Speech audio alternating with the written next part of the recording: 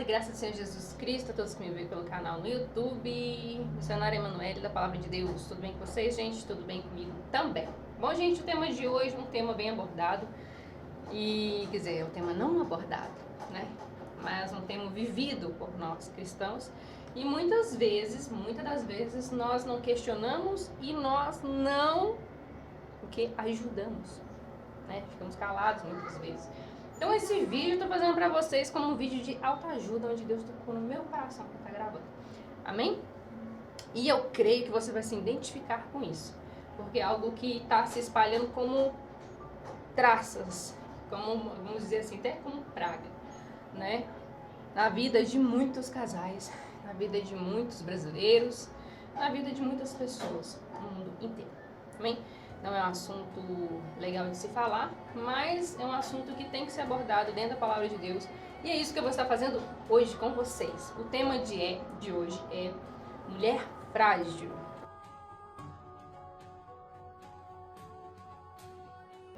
Bom, gente, para começar o vídeo, antes de começar os versículos que eu vou estar postando aqui para vocês, eu separei vários versículos aqui no meu celularzinho bonitinho e vou estar passando para vocês, tá? E nós vamos estar falando sobre violência doméstica nos lares, tá bom? Vamos falar a respeito disso, como prevenir isso e por que disso, tá bom?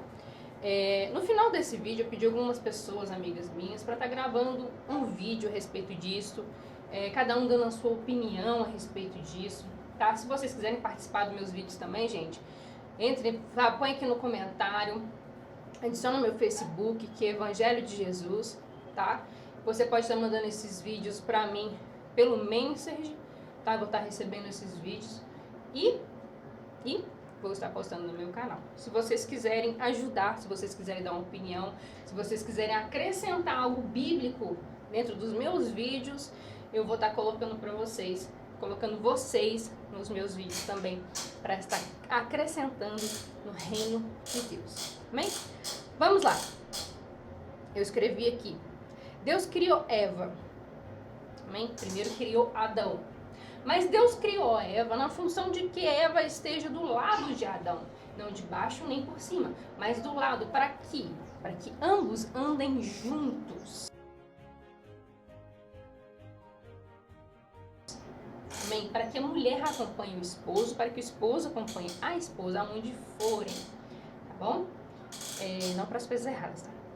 Vamos deixar bem claro isso. Tem um outro versículo que eu vou estar lendo para vocês aqui, que fala que o corpo do marido pertence à esposa e o corpo da esposa pertence ao marido, entende? E muitas pessoas falam assim, ele não é dono de mim, ela não é dona de mim. Gente, é dono sim, tá? Dentro da Palavra de Deus fala que você que é casada e você que é casado, você é parte um do outro, uma carne só, tá? E para que vocês não falem que eu estou aqui falando lorotas, vou ler o versículo para vocês, tá? E antes de eu ler o versículo, eu coloquei aqui que nesse versículo fala que ambos, o corpo de um pertence ao outro. Por quê? Em qual relação? Agora o meu marido não vai deixar eu fazer nada. Não, não é isso, tá? Você tem todo o livre-arbítrio de fazer o que você quer com a concepção da sua esposa e com a concepção do seu esposo, seu marido, tá bom? Você tem o direito de ir e vir, você tem livre-arbítrio, você não está preso a ninguém, realmente. Mas eu falo em questão, a Bíblia fala em questão da vida sexual, a vida íntima, né? O olhar do seu marido tem que ser para você, o seu olhar tem que ser para ele, a sua intimidade tem que ser para ele e a sua intimidade tem que ser para ela. Isso está dizendo na Bíblia, né? Muitos aí se masturbam, homens se masturbam no banheiro, mulher também, e vice-versa. Isso é para fazer juntos, tá? Só para deixar bem claro isso, porque isso, fazendo longe do seu marido, sem o seu marido ou sem a sua esposa, eu falo também até no pensamento, vocês têm que estar ligados um ao outro, isso é adulterar, é cobiçar, é adultério, tá bom? E isso leva para o inferno, como diz Mateus 5, 28, a partir do versículo 28 adiante. Vamos lá, para vocês não dizerem que eu estou falando coisas de mim, vou ler o versículo para vocês. A mulher não tem autoridade sobre o seu próprio corpo, mas sim o marido. Da mesma forma, o marido não tem autoridade sobre o seu próprio corpo, mas sim a mulher. 1 Coríntios, capítulo 7, versículo 4. 1 Coríntios, capítulo 7, versículo 4. Outro versículo diz assim: o marido deve cumprir os seus deveres conjugais para com sua mulher, da mesma forma a mulher para com seu marido. Olha para você ver. 1 Coríntios 7, 3. O que está falando esse versículo aqui, irmãos? Falando, eu acabei de falar, que você tem que se guardar para o seu esposo e para a sua esposa. 1 Pedro, capítulo 3, versículo 7, diz assim: do mesmo modo vocês, maridos, sejam sábios no convívio com suas mulheres e tratem-as com honra, como parte mais frágil e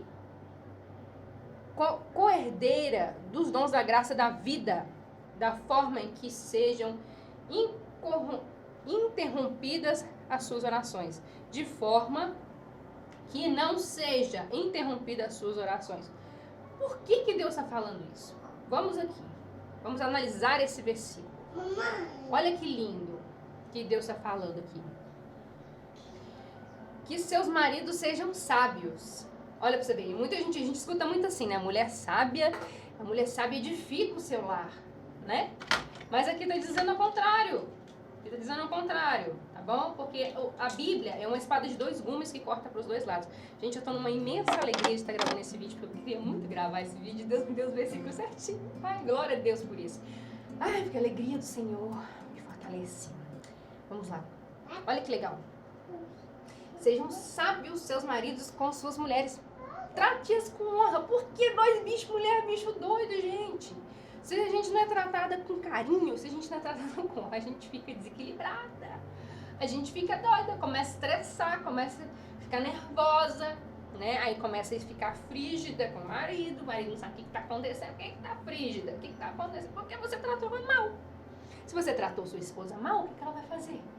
Ela não vai xingar, muitas vezes ela não vai falar nada, mas ela vai guardar aquilo. E na hora que vocês tiverem uma intimidade, na sua relação, lá na cama, o que vai acontecer? Vai ficar frígida. Não vai querer outros homens, mas não vai querer você também. Não vai querer ninguém, porque você tratou ela mal. Olha que imensa sabedoria a palavra do Senhor. Trate-a com honra, como parte mais frágil da coerdeira do dom da graça da vida. O que Deus está querendo dizer com o dom da graça da vida? Porque nós, mulheres, geramos os filhos, né? Então, o homem tem que ver pra gente como fosse o dom da graça da vida. A mulher tem esse dom de dar a vida.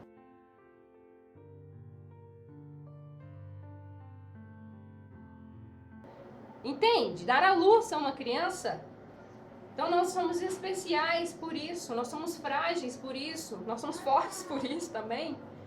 Mas não é porque a gente tem uma tendência a sentir dor, não é porque a gente tem uma resistência em sentir dor que a gente vai ser uma mulher forte para às vezes para tomar uma palmada ou algo violento da parte do homem, às vezes até com vamos dizer assim, ofensas verbais, né?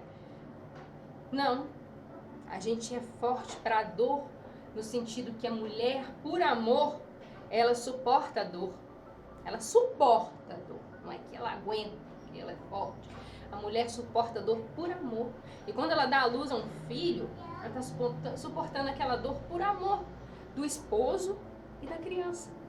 Porque ela está pensando, quando a mulher dá à luz a um filho, ela não pensa somente na criança, ela pensa no esposo. Por isso que acontece muito, infelizmente, Deus, nossa, misericórdia sobre isso. Pessoas que, mulheres que não têm Deus no coração, abandonam as crianças porque não tem amor pelo pai. Amém? Não tem amor pelo pai. Isso é errado, pensar assim. Temos que pensar, as mulheres racionais, as mulheres de Deus, não são emocionais, não são desequilibradas, são racionais. O que elas pensam? O pai não presta, mas é o dono, é meu, eu tô gerando, é meu também, não é do pai. Às vezes o pai abandonou, às vezes foi um estrupo, alguma coisa, mas é parte sua, é seu sangue, tá ali dentro de você gerando, parte sua, sangue do seu sangue, amém? Então as mulheres de Deus pensam assim, independente se o pai ou não está presente, ou ela ama o pai. Amém? E fala mais aqui, ó, que a mulher é frágil e co-herdeira do dom da graça da vida, de forma que não sejam interrompidas suas orações. O que Deus está dizendo? Se o homem não honra a sua esposa, se o homem não trata bem a sua esposa, as orações são interrompidas. Não adianta o cara tá lá orando, oh Deus, eu quero um emprego, oh Deus, eu quero isso. Se ele não honra a sua esposa, as suas orações são interrompidas. Amém? E é a hora que a esposa muitas vezes chega para ser a mulher, sabe, que edifica o seu lar e ora pelo seu marido. Em Gênesis capítulo 2, versículo 24, diz assim: por essa razão o homem deixará o seu pai e sua mãe e se unirá à sua esposa, e eles se tornarão só uma carne. Amém? O que Deus quer dizer com isso? Bom, o primeiro casamento existente foi lá no Jardim do Éden. Sim, mas você está falando o quê? Não fala isso na Bíblia. Fala. Quando Deus disse para Eva e Adão, depois já criado Adão, depois já tirado da costela de Adão a Eva, fez uma mulher semelhante a Deus, somos imagens semelhantes de Deus, mulher e homem, tá? O homem com suas características e a mulher com as suas características diferentes do homem, para que um complete o outro. E aí, Deus falou assim, dessa forma aqui, ó, que sejam carne da sua carne, ossos dos seus ossos. Amém? A partir deste momento, foi o primeiro casamento que Deus fez. E foi depois desse casamento que Adão e Eva tiveram relações sexuais. E aí Deus disse, multiplicai-vos. Amém? Isso foi revelação divina, tá, gente? Em Gênesis 2,18 também diz assim, então o Senhor Deus declarou, não é bom que o homem esteja só.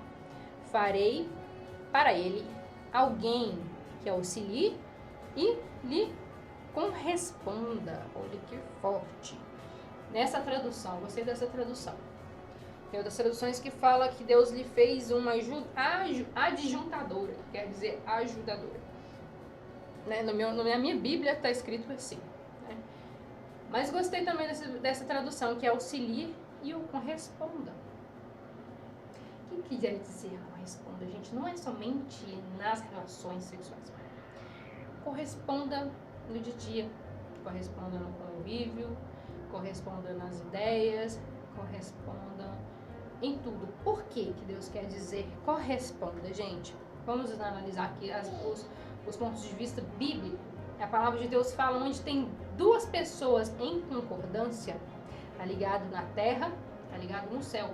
E quando um marido e uma esposa estão em concordância em um só pensamento, seja qual for esse pensamento, está ligado na terra e está ligado no céu. Amém? Se for algo ruim, vai estar ligado em Mateus 19, versículo 4 e 6 diz assim: ele respondeu, vocês não leram que no princípio o Criador os fez homem e mulher? E disse, por essa razão, o homem deixará o pai e a mãe e se unirá à sua esposa, e os dois se tornarão uma só carne? Assim eles já não são dois, mas sim uma só carne. Portanto, o que Deus uniu, ninguém separa. Deixa bem claro isso para vocês entenderem. Muitas pessoas se casam, existe, viu? Pessoas dentro da igreja orando para que fala assim, Deus, mas esse casamento aí não é para ele não é para ela não, esse marido não é para ela, esse esposo não é para... Gente, se Deus uniu, ninguém separa, tá? Pessoas que oram contra o casamento de outras pessoas estão fazendo obra de macumba. Oração contrária é obra de macumba.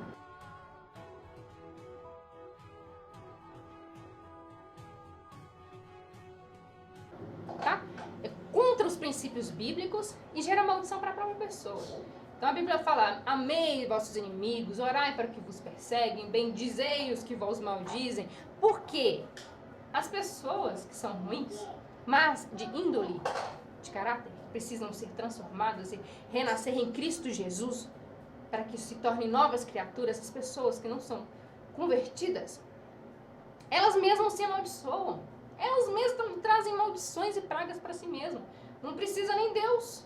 Não precisa nem eu amaldiçoar. Não precisa Deus castigar. A pessoa mesmo auto se mutila pelas suas próprias más atitudes e desobediências à palavra do Senhor. Amém?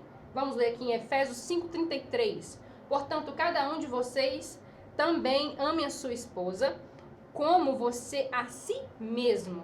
A mulher trate o marido com todo o respeito. Olha para você ver. Tem um versículo que fala, eu não sei se é essa uma tradução, que fala que um homem deve amar a sua esposa como Cristo ama a igreja. Amém? Eu acho muito forte também isso. Mas olha que interessante isso em Efésios 5:33. Que a mulher deve amar o seu esposo. Olha você ver, portanto, cada um de vocês também ame a sua mulher como você mesmo. Está pedindo para o marido amar a mulher como ele mesmo. E que vemos por aí, gente, não é isso. Infelizmente, não é isso. Infelizmente, não vemos pastores pregarem a respeito do amor do homem com a mulher. Não vemos ninguém pregar a respeito disso. Isso está sendo, como posso dizer?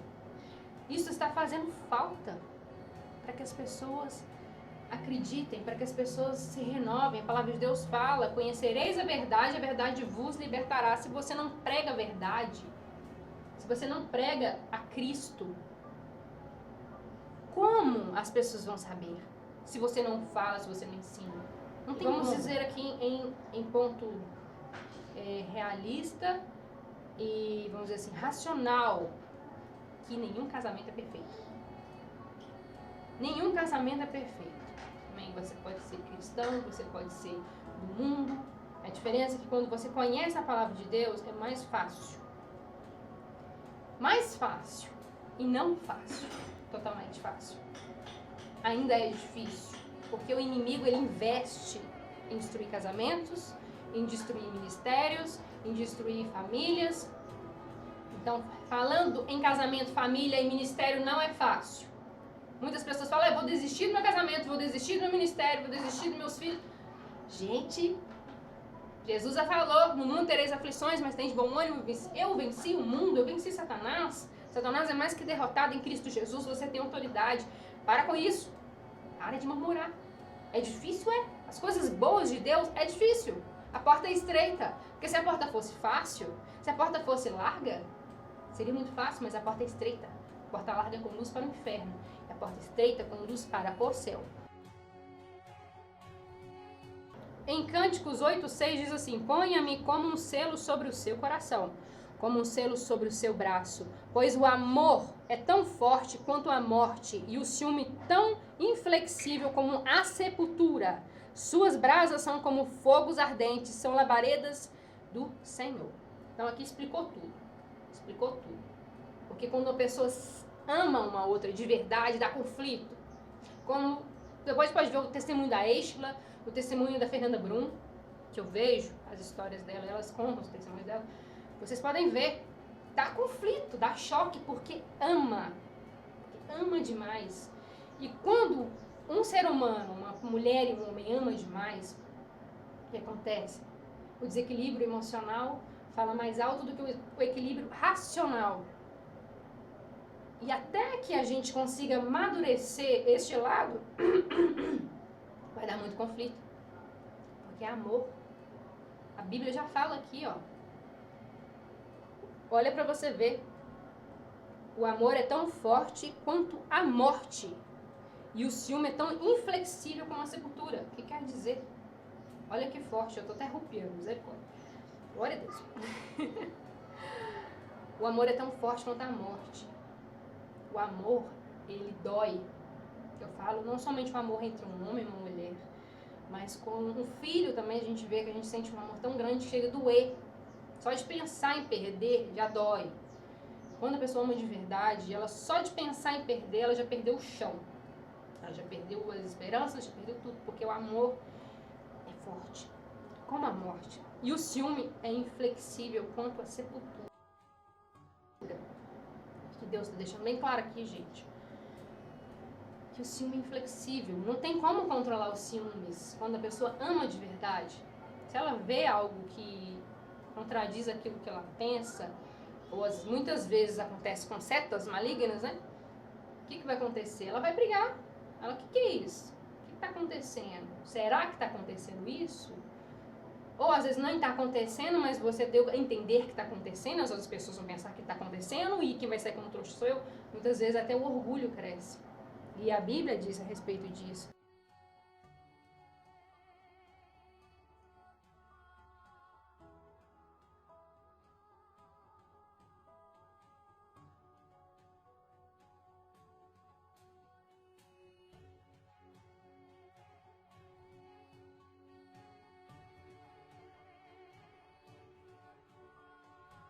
E quem não ama de verdade não consegue entender esses pontos de vista.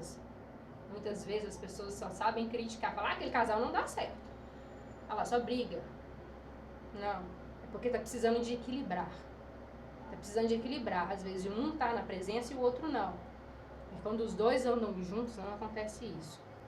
E quanto uma mulher ora para o seu esposo, ou o seu esposo ora para uma mulher descrente, a esposa crente ora para o descrente e o crente ora para o descrente, vai ter conflito, vai ter retaliação, vai ter luta espiritual, vai ter guerra, vai ter, porque é natural, até que se consiga converter um ao outro.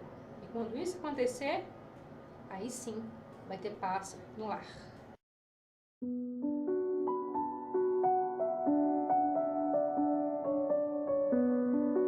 Em Filipenses, capítulo 2, versículo 3, diz assim: nada façamos por ambição egoísta ou vaidade, mas humildade, considerando uns aos outros superiores a ti mesmo. Gente, por que eu tô falando? Mas por que você está falando isso, missionária? Por que você está pregando isso no versículo, num vídeo de casal? Pronto, vou falar. Gente, vou explicar para vocês bem explicadinho. Se a gente agir assim em todo ambiente que nós vivemos, em todo convívio que nós estivermos, seja dentro da igreja, seja no nosso trabalho, seja na nossa família, seja no nosso casamento, se a gente considerar as pessoas superiores a nós mesmos, sendo humildes, as pessoas vão se sentir, poxa, sou especial, que legal, nossa. Aí você, é tipo assim, não é que você vai vangloriar as pessoas nem idolatrar. Vou explicar. Por exemplo, a pessoa te dá um conselho ou te manda um versículo, algo assim, você se diz, nossa, isso foi pra mim, não, Deus te usou, muito obrigado, Deus continua te usando assim, dessa forma tremenda. Você é muito sábia, você é muito sábio, muito obrigado. É isso, é honrar uns aos outros. Se todo mundo fizer isso, gente, nós teríamos um mundo bem melhor. 1 Coríntios capítulo 7, versículo 2 diz assim: mas por causa da imoralidade, cada um deve ter a sua esposa, cada mulher o seu próprio marido. Por que isso? Explicou. Por causa da imoralidade. Se você não se casar, o que vai acontecer? Vai ficar fornicando com um, fornicando com o outro, vai ficar assim. Ou com outras, né? Serve para homem e para mulher.